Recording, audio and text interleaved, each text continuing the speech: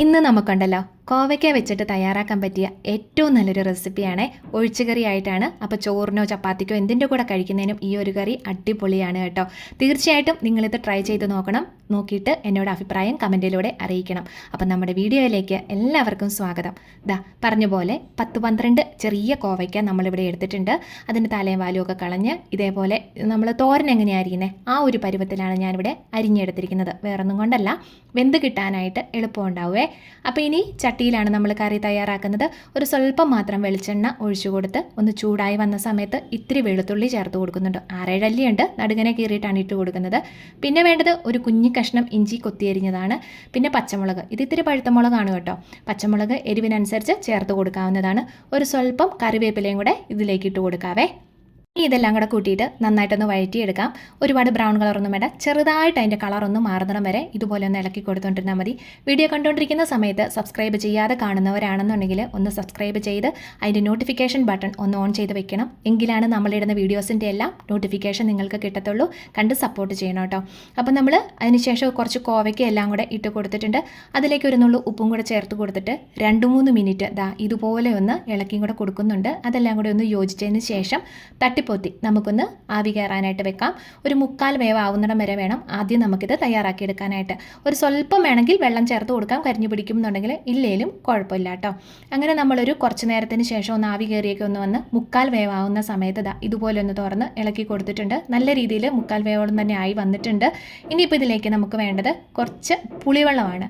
ഒരു ചെറിയ നാരങ്ങ വലുപ്പത്തിൽ പുളി നമ്മൾ പിഴിഞ്ഞെടുത്തിരിക്കുന്നതാണ് ഈ വെള്ളം. അത് ഇതിലേക്ക് ചേർത്ത് കൊടുത്തിട്ടുണ്ട്. അപ്പോൾ പുളി നിങ്ങൾക്ക് കൂടുതൽ വേണമെന്നുണ്ടെങ്കിൽ ചേർത്ത് കൊടുക്കാം. ഇനിയിപ്പോൾ വേണ്ട എന്നുള്ളവരാണെന്നുണ്ടെങ്കിൽ അങ്ങനെ വേണമെങ്കിലും ചെയ്ത് കൊടുക്കാവുന്നതാണ്. അതെല്ലാം കൂടെ ഒഴിച്ചു കൊടുത്തതിന് ശേഷം ഒന്ന് ഇളക്കിയിട്ട് നമുക്കൊരു കുറച്ചുകൂടി വെള്ളം നമുക്ക് ചേർത്ത് കൊടുക്കാം. കാരണം ഇത്രത്തോളം വെള്ളം മാത്രം പോരാ, ഒരു സ്വല്പം കൂടെ അതിലേക്ക് വെള്ളം ഒഴിച്ചാലാണ് ആ ചട്ടിയിലായതുകൊണ്ട് വറ്റിയല്ലേ വരുമല്ലോ. അതുകൊണ്ടാണ് നമ്മൾ കുറച്ചുകൂടെ വെള്ളം ഇതിലേക്ക് ചേർത്ത് കൊടുത്തിട്ട് ബാക്കിയും കൂടെ ഒന്ന് വേവ് ആ പുളി വെള്ളത്തിൽ കിടന്ന് നന്നായിട്ടൊന്ന് റെഡിയായി വരട്ടെ കേട്ടോ. ഇതൊക്കെ ഒന്ന് റെഡിയായി വരുന്ന സമയം കൊണ്ട് നമുക്കൊരു കുഞ്ഞ് അരപ്പ് തയ്യാറാക്കണം. അതിനായിട്ട് തേങ്ങ ചിരകിയതെടുത്തിട്ടുണ്ട്. കൂടുതലോ കുറവോ അതൊക്കെ അവനവൻ്റെ ഇഷ്ടമാണ്. പിന്നെ വേണ്ടിയത് ഒരു 3-4 കൊച്ചുള്ളിയാണേ. അപ്പം കൊച്ചുള്ളി ഇല്ലെന്നുണ്ടെങ്കിൽ സവോള വേണമെങ്കിൽ എടുക്കാം. കൊച്ചുള്ളിക്കാണ് ടേസ്റ്റ് കൂടുതൽ വരിക. ഒരു സ്വല്പം മഞ്ഞൾപ്പൊടിയും ഒരു 1/2 ടീസ്പൂൺ മല്ലിപ്പൊടിയും ചേർത്ത് കൊടുക്കുന്നുണ്ട്. പിന്നെ വേണ്ടത് മുളക് പൊടിയാണ്. മുളക് പൊടി എരിവിനനുസരിച്ച് ചേർത്ത് കൊടുക്കാം. ഞാനിവിടെ സ്വല്പം കൂടുതൽ എടുത്തിട്ടുണ്ട് കേട്ടോ. എനിക്ക് എരിവ് കൂടുതൽ ഇഷ്ടമാണ്, അതുകൊണ്ട് തന്നെ. പിന്നെ നമ്മളിതിലേക്ക് കൂടുതലായിട്ട് ചേർക്കുന്നത് 1/2 ടീസ്പൂൺ പെരുംജീരകമാണ്. വലിയ ജീരകം ഉണ്ടല്ലോ, അത് തന്നെ ചേർത്ത് കൊടുക്കാനായിട്ട് ശ്രദ്ധിക്കുക. പിന്നെ ഒരു സ്വല്പം വെള്ളം കൂടെ ഒഴിച്ചിട്ട് നല്ല വെണ്ണ പോലെ ഒന്ന് അരച്ചെടുക്കാം. അരയ്ക്കുന്ന സമയത്ത് വെള്ളത്തിൻ്റെ കുറവ് പോലെ തോന്നുന്നുണ്ടെങ്കിൽ ഇടയ്ക്ക് ഇത്തിരിയുടെ വെള്ളം കൂട്ടി ചേർത്തിട്ട് നല്ല രീതിയിലൊന്ന് അരച്ചെടുക്കാവുന്നതാണ്. പറഞ്ഞ പോലെ നന്നായിട്ട് തരികളൊന്നുമില്ലാതെ നല്ല രീതിയിലൊന്ന് അരച്ചെടുത്തിട്ടുണ്ട്. ഇനി നമ്മൾ വേവാനായിട്ട് വെച്ചിരിക്കുന്ന കോവയ്ക്ക ഉണ്ടല്ലോ, പുളിവെള്ളത്തിൽ നല്ല സെറ്റായിട്ട് വെന്ത് കിട്ടിയിട്ടുണ്ട്. ഇച്ചിരിയുടെ വെള്ളമൊക്കെ കുറഞ്ഞ് പാകത്തിനായിട്ട് നമ്മൾ എടുത്തിരുന്നത് നന്നായിട്ട് വന്നിട്ടുണ്ട്. ഒന്നുകൂടെ ഇളക്കി കൊടുത്തിട്ട് നമ്മുടെ അരപ്പുണ്ടല്ലോ അത് ഇതിലേക്ക് നമുക്ക് ചേർത്ത് കൊടുക്കാം കേട്ടോ. വീഡിയോ ഇഷ്ടമായിട്ടുണ്ടെങ്കിൽ കണ്ടുകൊണ്ടിരിക്കുന്ന സമയത്ത് തന്നെ ഒന്ന് ലൈക്ക് ചെയ്യണം, അതുപോലെ ഷെയർ ചെയ്യണം മറ്റുള്ളവർക്ക്. പിന്നെ പോയിട്ട് കമൻറ്റ് അത് മസ്റ്റായിട്ടും ചെയ്യണം. ഒരു ഹൈപ്പ് ബട്ടൺ ഉണ്ട്, അതും കൂടെ ചെയ്യാനായിട്ട് മറക്കരുത് കേട്ടോ. അപ്പോൾ നമ്മൾ അരപ്പൊക്കെ ചേർത്ത് കൊടുത്തതിന് ശേഷം മിക്സിയുടെ ജാറ് കഴുകി ഒരു കുറച്ച് വെള്ളം കൂടെ അതിലേക്ക് ചേർത്ത് കൊടുത്തിട്ട് ഒന്ന് ഇളക്കി കൊടുക്കുന്നുണ്ട്. ലോ ടു മീഡിയം ഫ്ലെയിമിലിട്ടിട്ട് ചെയ്ത് കൊടുക്കുന്നതായിരിക്കും നല്ലത്. പിന്നെ അരപ്പ് അത്യാവശ്യം നല്ല രീതിയിൽ വന്ന കാരണം ഞാനൊരു കുറച്ച് വെള്ളം കൂടെ അതിലേക്ക് ചേർത്ത് കൊടുത്ത് നല്ല ഗ്രേവി ആയിട്ട് എടുക്കുന്നുണ്ട്. ഇത്രയും വേണ്ട എന്നുണ്ടെങ്കിൽ ഇത്രയും നിങ്ങൾക്ക് ചേർത്ത് കൊടുക്കണമെന്നില്ല, തിക്കായിട്ട് വേണമെങ്കിലും എടുക്കാവുന്നതാണ്. നമ്മളിതിപ്പോൾ ചോറിനായിട്ടാണ് മെയിനായിട്ട് എടുത്തിരിക്കുന്നത്. അപ്പോൾ ഒഴിച്ചു കൂട്ടാൻ പരുവത്തിനാണ് നമ്മളിത് റെഡിയാക്കി എടുത്തിരിക്കുന്നത്. ഉപ്പിൻ്റെ ഒരു സ്വല്പം കുറവുള്ളത് കൊണ്ട് തന്നെ ഉപ്പ് നമ്മളിതിലേക്ക് ചേർത്ത് കൊടുത്തിട്ടുണ്ട്. അതിനുശേഷം നമുക്കൊന്നുകൂടെ ഒന്ന് ഇളക്കി കൊടുക്കാം. തിള വരുന്നിടം വരെ ഒരുപാടിട്ട് ഇളക്കിക്കൊണ്ടിരിക്കേണ്ട കാര്യമില്ല. തിള വന്നതിന് ശേഷം ചെറുതായിട്ടൊന്ന് ഇളക്കി കൊടുത്തുകൊണ്ട് തന്നെ ഇരിക്കണം. കാരണം അല്ലെങ്കിൽ തേങ്ങ നമ്മൾ ചേർത്തുകൊണ്ട് ചിലപ്പോൾ ഒക്കെ പിരിഞ്ഞു പോയെന്ന് വരാം.